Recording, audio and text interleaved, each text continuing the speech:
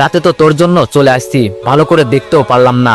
আপুর কথা শুনে আমার এখন প্রচুর ভয় হতে লাগলো। হাসপাতালে গেলে যদি ধরা পড়ে যাই। রিয়ার ভাই প্রচুর চালাক, রাতে যেভাবে আমার দিকে আর চোখে তাকিয়েছিল বাবা, তখনই আমার খুব ভয় হয়েছিল। আপু আমার চুলটা টান দিয়ে বলল, কিরে কথা বলছিস না কেন? আমি ভয়ে ভয়ে বললাম, আপু তুই যা, আমার একটু কাজ আছে। আপু বেশ কিছুটা রেগেই বলল, আমি তোরে বলছি না রেডি হতে, যা গিয়ে রেডি হ, এত কথা বলিস কেন? আমি আপুর একটা হাত ধরে বললাম, আপু আমার না একটা বন্ধুর সাথে দেখা করা লাগবে, তুই বরং ভাইয়াকে নিয়ে যা। বড় কথা হলো যে কোনো মূল্য হলেও আমাকে এই বিপদ থেকে বাঁচতে হবে। জীবনে সবচেয়ে বড় ভুল করে ফেলেছি, এখন মনে হচ্ছে যদি এই বিপদ থেকে বাঁচতে না পারি জীবনটাই বরবাদ হয়ে যাবে। একটু খুশির জন্য কি না করলাম আমি।